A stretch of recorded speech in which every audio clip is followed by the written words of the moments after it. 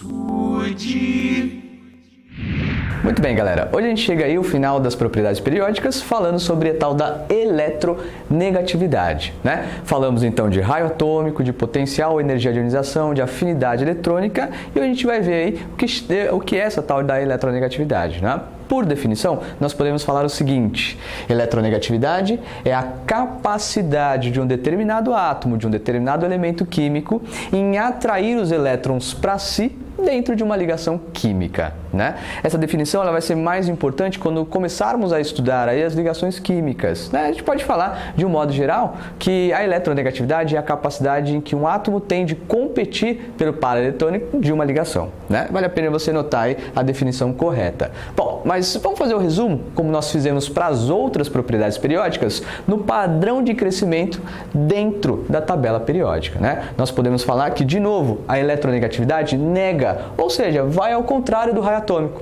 Se o raio atômico crescia dentro de um mesmo período, da direita para a esquerda, né? E nesse caso, dentro de uma mesma família, de cima para baixo, a eletronegatividade nega, vai ao contrário, né? Ela cresce ou tem um padrão de crescimento dentro de uma mesma família, né? De baixo para cima, e dentro dos períodos lá da esquerda para a direita. Vale aí a atenção que nós estamos excluindo os gases nobres, aqueles lá que estão na família 18, né, ou grupo 0 da tabela periódica, tanto faz. Aqui a gente tem a exclusão da família dos gases nobres, certo? Perfeito. Bom, o que a gente pode falar um pouquinho mais, e aí que você tem que conhecer, é a tal da fila de eletronegatividade. A eletronegatividade, bem dizendo, ele é um número, tem um valor, tem uma tabela, mas a gente pode colocar numa sequência para ficar mais fácil o nosso entendimento e o nosso estudo da tal da fila de eletronegatividade, né? Tá lá o flúor, o oxigênio, nitrogênio, cloro, bromo, iodo, o enxofre, carbono, fósforo, hidrogênio e os metais lá por fim, né? Metal não tem capacidade de atrair elétron, pelo contrário, né?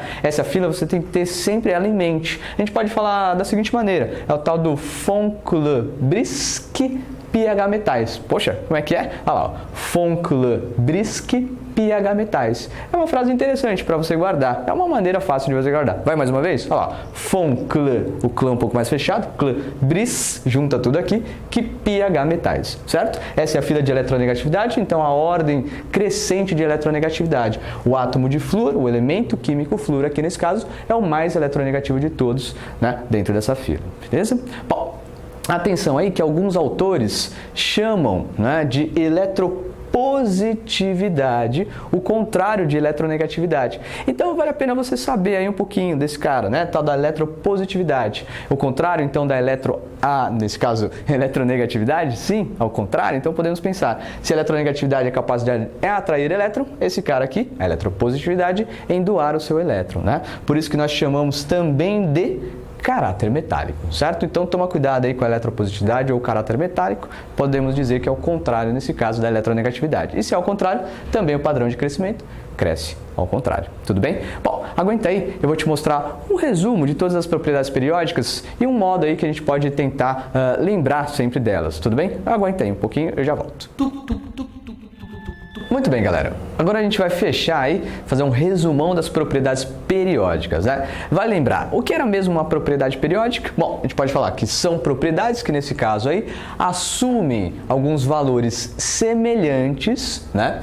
Em intervalos sempre regulares, à medida que eu tenho um aumento do número atômico dos elementos químicos na tabela periódica, né? Isso acontece justamente porque, você deve se lembrar, na tabela periódica eu tenho a distribuição, né? A colocação dos elementos mesmo da tabela, sempre em ordem crescente do seu número atômico, o número atômico zero, certo? Então, o que a gente poderia falar? Olha, existe uma propriedade periódica que cresce de uma maneira, todas as outras vão ao contrário dela, né? Nesse caso, nós estamos pensando aí do raio atômico. Bom, o raio atômico então cresce numa mesma família, né? De cima para baixo e no mesmo período da direita para a esquerda, certo? Então, vale a pena você lembrar sempre do raio atômico. Existe mais uma, lógico, propriedade periódica que a gente pode falar do caráter metálico, mas isso depende aí, muitos autores colocam ou não nesse padrão de crescimento, né? Todas as outras vão ao contrário do raio. Quem são elas? Bom, nós vimos lá a eletronegatividade, acabamos de ver, a eletroafinidade ou afinidade eletrônica, é a medida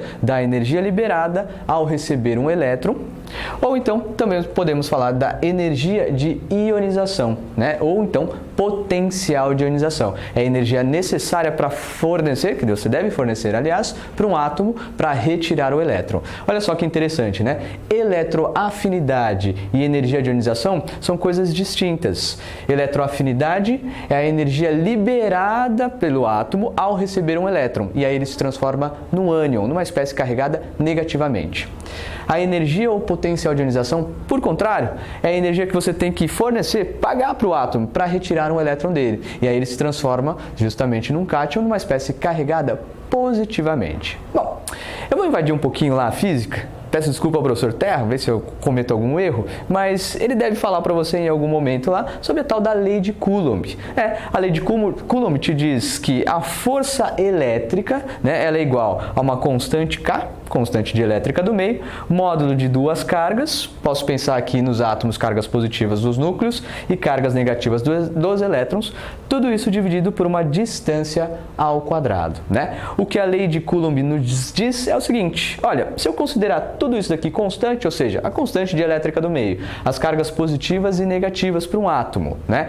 E passar o que estava dividindo, ou seja, passar a distância ao quadrado dividindo e passa multiplicando pela força elétrica agora, eu posso pensar no seguinte, força elétrica e distância ao quadrado são inversamente proporcionais. Ué, o que quer dizer inversamente proporcional? Lá da matemática, algo que é inversamente proporcional é dito o seguinte, quando uma cresce, a outra tem que diminuir para que uma terceira fique constante, né? Volto a te dizer, então se a força elétrica aumenta, a distância ao quadrado tem que diminuir para que tudo aquilo lá fique constante. Como é que eu posso então utilizar a lei de Coulomb para conseguir resumir as nossas propriedades periódicas? Eu vou fazer o seguinte, ao invés de usar distância ao quadrado, eu posso pensar em raio atômico, né? Então, força elétrica vezes o raio atômico ao quadrado são inversamente proporcionais. Olha que interessante. Quanto menor for o meu raio atômico, então menor é o raio atômico, vou até sinalizar aqui para você, ó, menor é o meu raio atômico, consequentemente, maior vai ser a minha força elétrica. Ou seja, mais forte eu tenho a atração dos prótons do núcleo com os elétrons da eletrosfera. Quanto menor a distância, menor o raio, então novamente, maior a atração, maior a força elétrica entre núcleo e eletrosfera. Ou seja, entre as cargas positivas e negativas. Então fica interessante, olha lá, quanto menor o raio atômico, de novo, menor a distância e consequentemente maior a atração do núcleo pela eletrosfera. E dá para resumir tudo o que a gente tem aqui. Olha lá, ó. Se então os raios atômicos menores estão justamente à direita da nossa tabela, né, eu vou ter maior eletronegatividade, capacidade em atrair o elétron para si.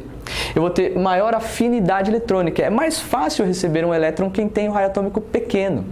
E também é mais difícil retirar elétron, ou seja, o potencial de ionização é mais alto quando eu tenho raio atômico pequeno, porque a força elétrica, agora justificada pela lei de Coulomb, é maior. Tudo bem? Então, vale muito a pena você considerar essas duas coisas. O raio atômico junto com a lei de Coulomb, e aí fizer as justificativas para as outras propriedades periódicas que vão negar o raio atômico. Tudo bem? Espero que tenha ficado um pouco mais claro aí e continue estudando com a gente. Até uma próxima. Tchau!